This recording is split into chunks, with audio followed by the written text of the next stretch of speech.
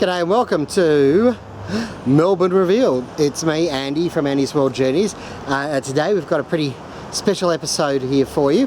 And today I am joined by none other than... Hi! Oh, who are you? How you doing? I'm looking Ivan. for someone else, sorry. Okay. No, this is Ivan Nevill. I can join you. Wonderful. You may know Ivan from such channels as my other one, the Professor Who channel. He is, of course, the 9th Professor. But today he's joining me. And I have a question for you. Please ask. I love questions. Where are we? We are at the new Melbourne Cemetery. Of course, this isn't that new, is it? No, I don't know how long has it been around for? I don't know. When was it founded? We'll find out Possibly it could be roughly 1853. Yeah. What do you think? Right? Would you think that sounds about right? 1853, I think we'd have to check. We'd have to check our sources, which say ketchup. No, it says there it is. Well, folks, we're going to start off with the Prime Minister's Memorial Garden. Over here, Ivan's found us. It's not the burial site because the body was never found, but possibly our most mysterious Prime Minister of all, Harold Edward Holt. He loved the sea. It's a pity it didn't love him back. So tell us what is, in roughly a sentence or two, the Harold Holt story, Ivan. Harold Holt went swimming and never came back, unfortunately. There were many rumours about it, that maybe he was taken by a Chinese sub. In actuality, he just went swimming and never came back. So what did we name after him, Andy? A swimming pool complex? We named a swimming pool after him because he drowned. We're going to go over here now because we've got John Gray Gorson, who lived to the ripe old age of around about 1991. Didn't die that long ago. I will just add, John Gorton was Prime Minister, I believe, I'm going to guess about 69 to 71. The Liberal Party, the coalition there, the Conservatives are called the Liberal Party, just to confuse everyone who's not Australian, went through a number of leaders, including McEwen, McMahon, Gorton and Holt in a very short space of time. Now over here, we have the one who's passed away the most recently. This is John Malcolm Fraser, and he took over in controversial circumstances when the previous Prime Minister and his government was dismissed by the Governor General. Kind of softened in his later age too. He did. He was a Conservative, but he certainly, his views over time changed, and he was an advocate for refugee rights in his later years. It's quite an idyllic setting, isn't it? Yeah, I'd like to be buried here. Yeah, well, maybe you will once you become Prime Minister. I've got to become Prime Minister first. And here we have the remains of Robert Gordon Menzies, who died in 1978. He is officially the longest serving Prime Minister of Australia. He actually served twice. Yep. I'm not sure how long the first time was. It was 1939, probably for a couple of years. The second time was 1949 through to 1966, giving him a historic 17 years in the Prime Ministership, again ahead of the Liberal Party, which I believe he was instrumental in forming. Yeah, the Liberal Party formed from several other parties. There was a whole bunch. It was the Country Party and the... Well, the Country Party became the Nationals, who are part of the coalition with the Liberals. There was a whole bunch of them. There was because early on we had the Protectionists and the... what the other ones? The Free Traders, and they all changed over the first 40 years or so. There was a lot of melding and mixing to eventually become the Liberal Party. But Menzies, I remember reading a great book on our Prime Ministers by Mungo McCallum, and he mentioned that Menzies didn't so much have a term but an era. This is from the Prime Ministers. Look at this. This is a wall of Prime Ministers. From our very first one over here, Mr. Sir Edward Barton. There's Scullin. Ed Martin. Yeah. Deakin, our first real Prime Minister. There you go, look. Gorton, Prime Minister from 68 to 71. I was so close. I was so close.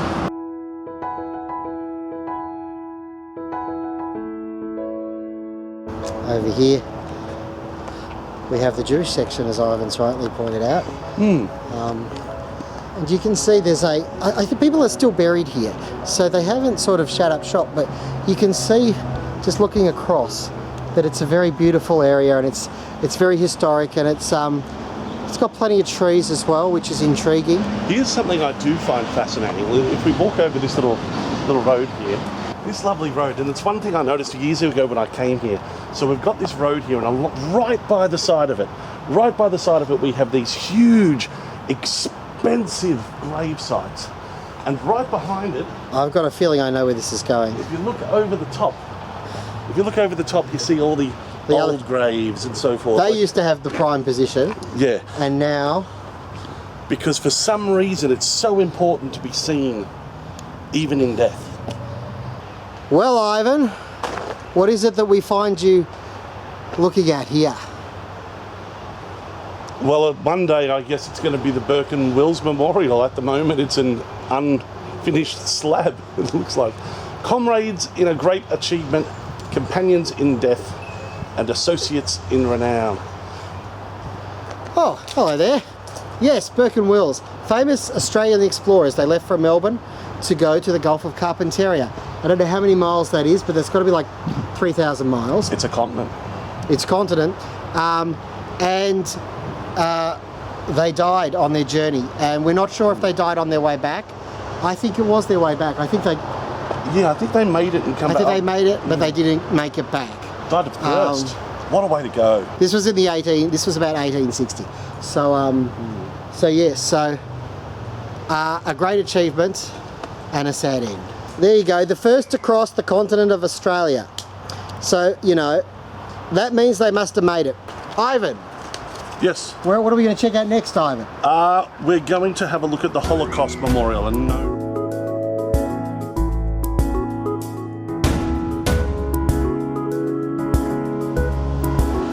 So here we have the Holocaust Memorial at Melbourne Cemetery. Simple but effective, shall we say that? Yes, I think that's fair. And the area around here seems to have the most Stars of David that you can find in the cemetery. And as you can see over here, some are much older than others. So over here, well, they're not that. Oh, here we go. Here's someone that passed away in 1940, but there are definitely older gravestones in Melbourne Cemetery. Look at the way this one's been maintained. This is 1964, but it has been maintained very beautifully, hasn't it? Yeah. Simon Grace.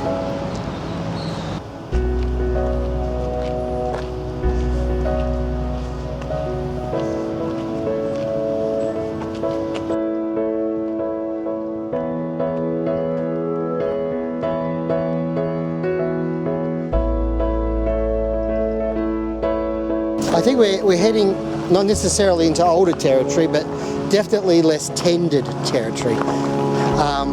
See what's the oldest one we can find. Yeah, well, there's John Singleton, who was a physician, philanthropist, social reformer and evangelist. And so yes, you would expect this one to be, he's a prominent Melbourne figure, let's say. Over here we have someone dying in 1884. So Ivan and I were just saying we're going to see if we can, what's the oldest grave we can find. 1884 is probably, well, here we go, 1861. Oh, there we go. Well, that's only 8 years after the place opened. Remember, it opened in 1853. So right. I guess our key goal is to try and find one from 1853. We're within 8 years at the moment. 1875. 1865. Was James for Martha Pinnock. Blessed are the dead which die in the Lord. So I think this 1850 died on the 8th of December 1854. 1854 where? 1854. Lucy, James Denham, Arthur Denham St. Pinnock. There we go. Fourth son of James Denham and Lucy Ann Pinnock died on the 8th of December 1854. Ep.4. That is the year after the cemetery opened. 1 year and 10 months. Oh, That's sad. That's a child. That's always, yeah. Back in the 18th century, there were a lot of Chinese immigrants to Victoria and Melbourne. 19th. Sorry, 19th, the 1800s. Yeah. Ivan has corrected me correctly there. Right, take a seat. I don't know. This chair looks older than the actual temple. This is the Chinese altar, which is good shelter for us at the moment, seeking some shelter from the heat. I can't read what's on there, unfortunately, but it's a beautiful little space. I find this fascinating. This is an oven, a funerary oven, and just on the other side of it here, this is the grave of an Indigenous tribal elder, or as they're calling him, native chief, Derrimut, who, what does it say? By timely information given October 1835, very important year in Melbourne, it was the founding of Melbourne, 1835, to the first colonists, Faulkner, Lancey, Evans, Henry Batman, and their descendants saved them from massacre planned by some of the upcountry tribes of Aborigines. That's from here. Derrimut closed his mortal career in Benevolent Asylum, May 28, 1864, aged about 54 years, right next to the Chinese section. What does it say to you, Andy? Possibly this is not the place for white Christians to be buried. Pretty much exactly. Well, it's where non-white Christians would be buried. And and as we go from a very old grave right over here, we have one 2006. Which is fascinating. 2008. Very fascinating, because this is Catholic. Incredibly white. All this has come, it looks like, since the 1980s. Yep. So maybe they didn't bury a lot of people in this area, and then eventually they needed somewhere to lay the gravestones, and they went with here. Close to the road, yeah. And of course a lot of... Just here is the Chinese area that Ivan's standing in front of here. And it's not a particularly full area, but who knows, it could be that there are a lot of people buried without gravestones for all we know. Absolutely. Anything's possible. What have we got, Ivan? So this is a memorial to Hungarian freedom fighters. 1848 to 1956. It's a long time to fight for freedom. That is a long time to That's fight. persistence for you. Frankly, I think we've been serious for far too long. What would you say, Mr. Nevill? What would I say? About what? Have we been too serious today? Well, I can't think of any jokes, so maybe we have. We haven't tried anything like people are dying to get in here. Sorry. I'm not saying it was bad, I'm just saying... I'm sorry, that joke was bad. It kind of just died. Yep. It was a grave error. It was a grave error.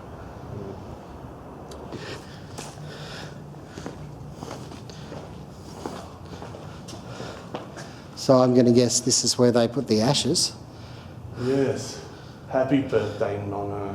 Oh, isn't that sad? What? How do they get the flowers up so high? They must have to pay someone to have a ladder. Either that or they're fake. Or maybe there's a button somewhere and all the plaques rearrange. That's what I'm saying. One of them little games, yeah. Maybe you could just do that. Maybe you can, there's a website. Maybe there's a website where you can just hit the button and it'll donate some money out of your account and just flowers will get put in for you. You don't even have to visit the site. They actually just come out of this little thing here. It's okay, there's no one here, right? It just goes...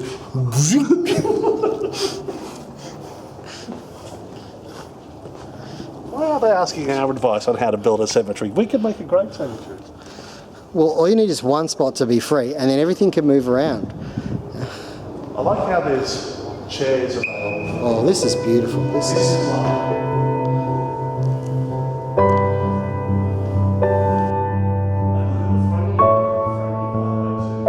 It's very interesting in the framing.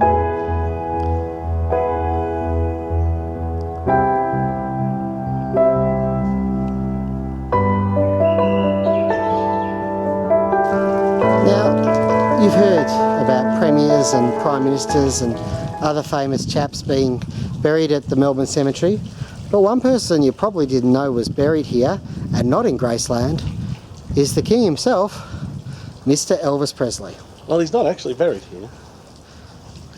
I'm getting the impression that he is, so I'm going with that. No, he's not buried anywhere. He's still alive. Elvis is still alive. He's not actually buried here. Here he is, just there. Made him look classy.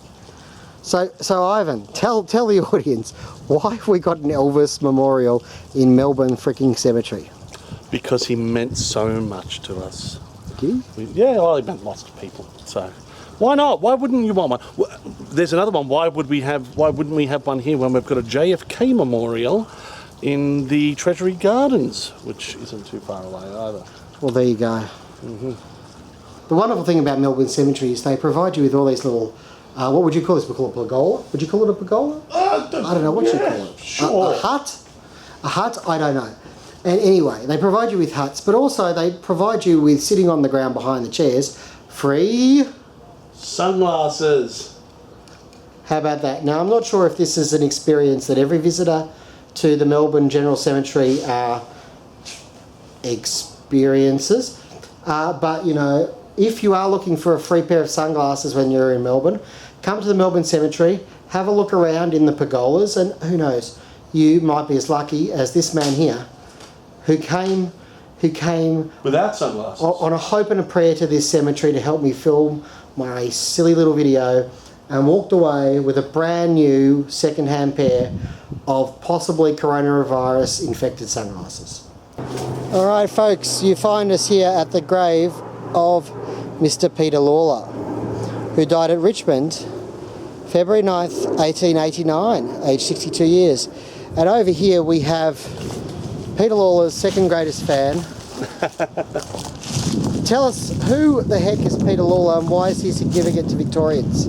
Peter Lalor was instrumental in the Eureka Stockade, or the Eureka Rebellion, which was in Ballarat on the, it was December in 1854, I think.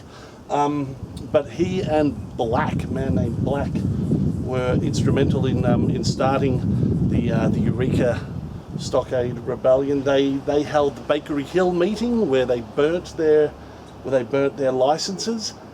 He was injured. He was shot in the arm. Their licence to what? Their license to dig, to mine. Their mining license. And what were they mining? Gold. Well, mostly gold. Yeah, they were going for gold. Yeah, huge, important figure in Victorian history. He was shot in the arm. I think his left arm. He lost his arm. He was carted away from the stockade, and later on he was exonerated by law and became a judge in his later years, a very, very respected judge. Peter Lalor is a very important man in Victorian history and in the political and democratic history of our nation. How's that?